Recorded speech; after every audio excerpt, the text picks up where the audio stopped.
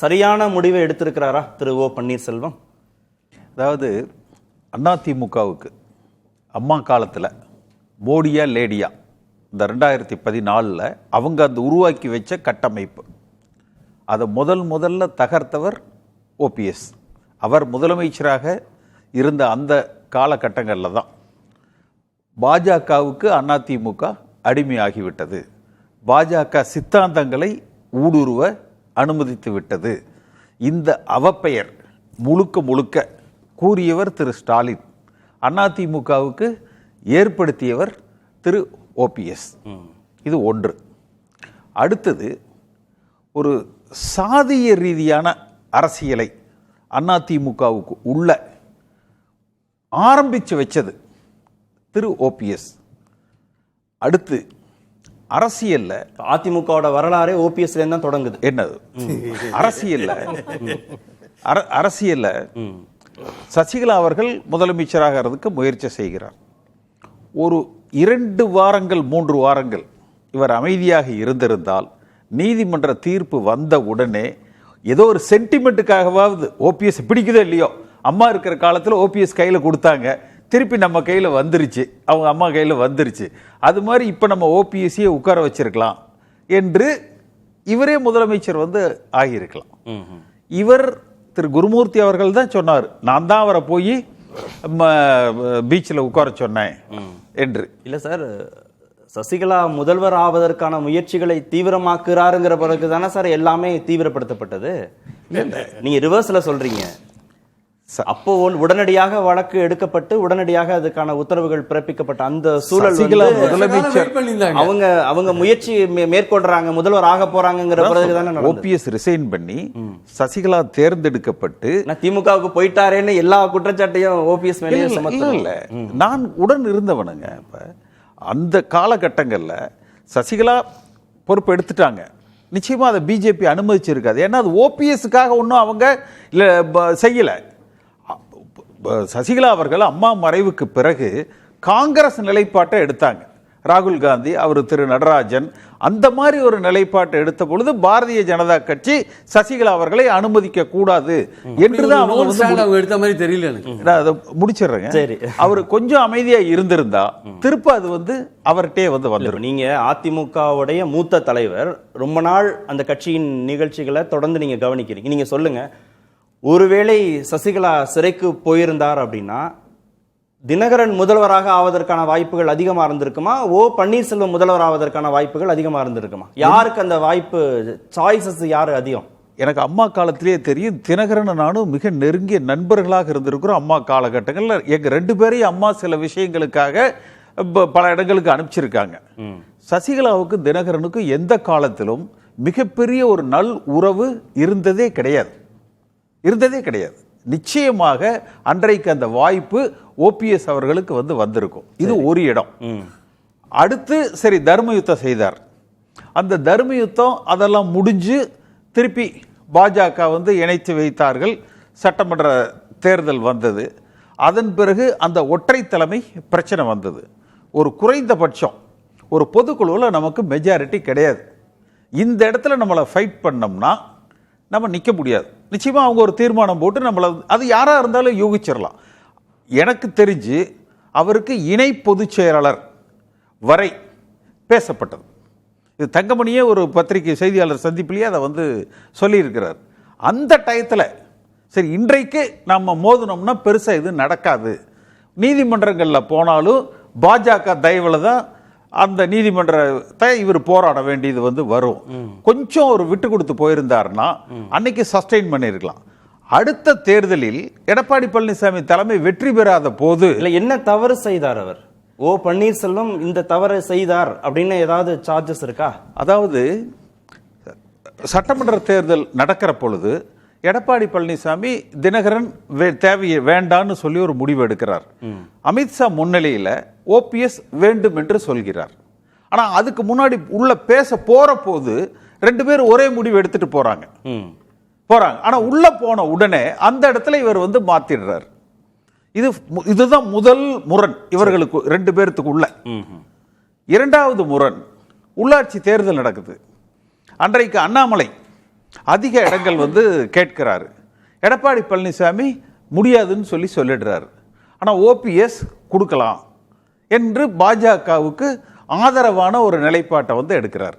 அதில் எடப்பாடி பழனிசாமி முடியாது என்று ஒரு கான்ட்ராவான ஒரு பொசிஷனை வந்து எடுக்கிறார். அப்போ இந்த இடத்துல தான் அதிமுக கட்சி அதனுடைய எதிர்காலம், அதனுடைய நலன்கள் பாதுகாக்கப்பட வேண்டும் என்பதை தாண்டி தனக்கு பாஜகவிடத்தில் ஒரு அனுசரணையான உறவு வேண்டும் என்பதற்காக அதிமுகவினுடைய எதிர்காலம் சிதைக்கப்படுகிறது.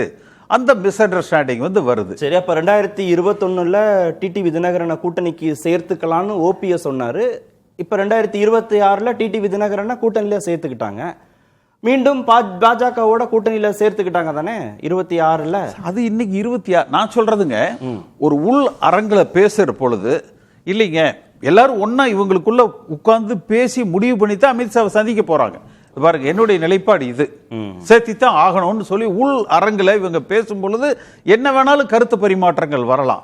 ஆனால் ஒரு முடிவெடுத்து விட்டு அமித்ஷா அவர்களிடத்துல போய் சொல்லுகிற பொழுது அவர் முன்னால 2 பேர் கான்ட்ராடிக்டரி டிசிஷன் சொல்லுகிற பொழுது அந்த இடம் வந்து ஒரு பெரிய எம்பராஸ்மெண்டா வந்து போயிடுது. அப்ப அந்த இடத்துல எடப்பாடி பழனிசாமி தான் அவமானப்படுத்தப்படுகிறோம் அல்லது நமக்கு பின்னால ஓபிஎஸ் வந்து பிளே பண்றாரு, நம்ம கிட்ட ஒன்னு சொல்றாரு. ஆனா அமித்ஷா முன்னால வந்து இதுக்கு நான் காரணம் இல்லைங்க, பாருங்க இவர் தான் காரணம் என்று அவர் வந்து நம்மளுக்கு காட்டி கொடுக்கிறாரு அப்படின்னே கூட எடுத்துக்கலாமே. சரி, இதுதான் இவர்களுக்குள்ள அந்த ஏற்பட்ட பெரிய முரண். அடுத்தது, ஒரு அரசியல்ல எப்பவுமே இந்த ஒரு தேர்தலில் மட்டும், இப்ப இன்னைக்கு இவருங்க போய் சேர்றாருன்னே வச்சுக்கோங்க, சேர்ந்துட்டார். ஏவா வேலு 96 போய் வந்து சேர்ந்தாரு. திமுக பொறுத்த வரைக்குங்க அதனுடைய கட்டமைப்பு இருக்கு பாருங்க, திடீர்னு ஒருத்தர் உள்ள போய் அதை குலைச்சிட முடியாது. இந்த ஒரு தேர்தலில் யூஸ் அண்ட் த்ரோ என்கிற அளவில் இந்த தேர்தலுக்கு அவர் பயன்படுத்தப்படுவார். ஓபிஎஸ் இந்த தேர்தல் முடிஞ்சு ஏதேனும் அவருக்கு ஒரு பொறுப்புகள் கூட வந்து கொடுக்கப்படும். ஆனால் அதோட அவர் மகன் இவர்களது எதிர்காலம் என்பது பெரிய அளவில் வந்து இருக்காது. அதே கம்பேரிட்டிவா இந்த ஒரு முறை, நான் இதுக்கு முன்னாடியே ஒரு தடவை சொல்லியிருக்கேன்னு நினைக்கிறேன், நாவலர் நெடுஞ்செழியன் அவர்களை கலைஞர் அவர்கள் இதே போல இபிஎஸ் ஓபிஎஸ்ஸாவே நீங்க வச்சுக்கலாம். கலைஞர் வந்து எதிர்த்து போட்டியிட்டு விட்டார் என்பதற்காக நாவலரை வந்து அப்படியே புறக்கணிச்சிட்டார். நாவலர் ஒன்றும் பண்ணலை. தமிழ்நாடு முழுக்க நான் திமுகவுக்கு ஆதரவாக அண்ணாவின் கொள்கைகளை நான் மக்களிடத்திலும் தொண்டர்களிடத்திலும் எடுத்து சொல்கிறேன் என்று தமிழ்நாடு முழுக்க ஒரு சுற்றுப்பயணம் போனார். மிகப்பெரிய வரவேற்பு அவருக்கு கிடைத்தது. அந்த வரவேற்பை கண்டு கருணாநிதி அவர்கள், கலைஞர் அவர்கள் பயந்தாரோ அல்லது அவரை அழைத்து கட்சியில் 2ஆம் இடத்தை பொதுச் செயலர் பதவியை கொடுத்து அவரை வந்து நிதியமைச்சராக அவை முன்னவராக உருவாக்கி கொடுத்தார். அதிமுகவிலிருந்து திமுகவுக்கு போனவர்கள் சட்டமன்ற நாடாளுமன்ற உறுப்பினர்களாக இருக்கத்தானே செய்யறாங்க இன்றைய தினமும். ஏன் ஓபிஎஸ்க்கும் அவர் பையனுக்கு மட்டும் அரசியல் வாழ்க்கை இந்த எலெக்ஷனுக்கு அப்புறம் இருக்காதுன்னு சொல்றீங்க? அதிமுகவினுடைய தலைமை பொறுப்புல இருந்துட்டு ஒருங்கிணைப்பாளர் என்று இரட்டை இலை சின்னம் கொடுக்கிறதுக்கு கையெழுத்து போடுகிற நிலையில் இருந்துட்டு யாரும் வந்து போகல. சரி, முதலமைச்சராக ஒரு முறை இல்ல 3 முறை இருந்து விட்டு யாரும் வந்து போகல. ஜெயலலிதா அம்மாவின் மிகப்பெரிய நம்பிக்கையை பெற்றவர் என்ற அடையாளத்தோடு அவர்கள் வந்து போகல. மோடி அவர்களிடத்துல பெரிய அன்பை பெற்றிருந்தவர் ஒரு காலத்துல என்கிற அடையாளத்தோட யாரும் வந்து போகல. துணை முதலமைச்சராக இருந்தவர் என்று யாரும் போகல. 10 முறை பட்ஜெட் சமர்ப்பித்தவர் என்று யாரும் வந்து போகல. ஒரு அதிமுகவுடைய ஒரு பெரிய அடையாளம் ஒண்ணுமே இல்லைன்னா கூட எதிர்கால அதிமுக வரலாறில் இல்ல சார், அதிமுகவுடைய பெரிய அடையாளத்தை ஏன் விட்டீங்க? அதுதான் சொல்றார். இந்த ஒரு தேர்தலில் இவர் சற்றே நிதானித்து இருந்திருந்தால், எடப்பாடி பழனிசாமியை நான் எதிர்க்கிறேன் ஆனால் அதிமுக ஆள வேண்டும் என்று இவர் இருந்திருந்தால், ஒருவேளை எடப்பாடி பழனிசாமி திமுகவை தோற்கடிக்க முடியாத ஒரு சூழலில் இல்ல, இந்த கட்சிக்கு ஓபிஎஸ் தேவை என்கிற சூழல் வந்திருக்கும். அன்னைக்கு அவருடைய மரியாதை அதிமுகவில் உயர்ந்திருக்கும்.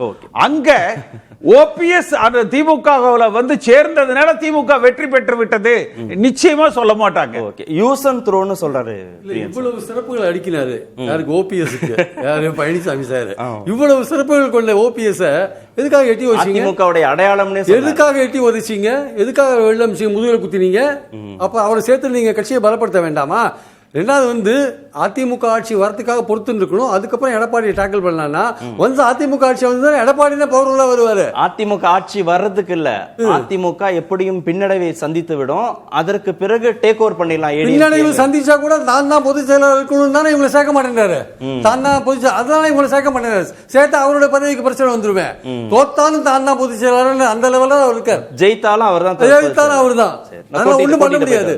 இது எண்ட் ஆஃப் த கேம். ஆக்சுவலா ஓபிஎஸ்க்கு அதிமுக பொறுத்த மட்டும் எண்ட் ஆஃப் த கேம். இதுல ஒரு முடிவு எடுத்தே தீர வேண்டிய கட்டாயத்தில் இருக்காரு. ஓகே.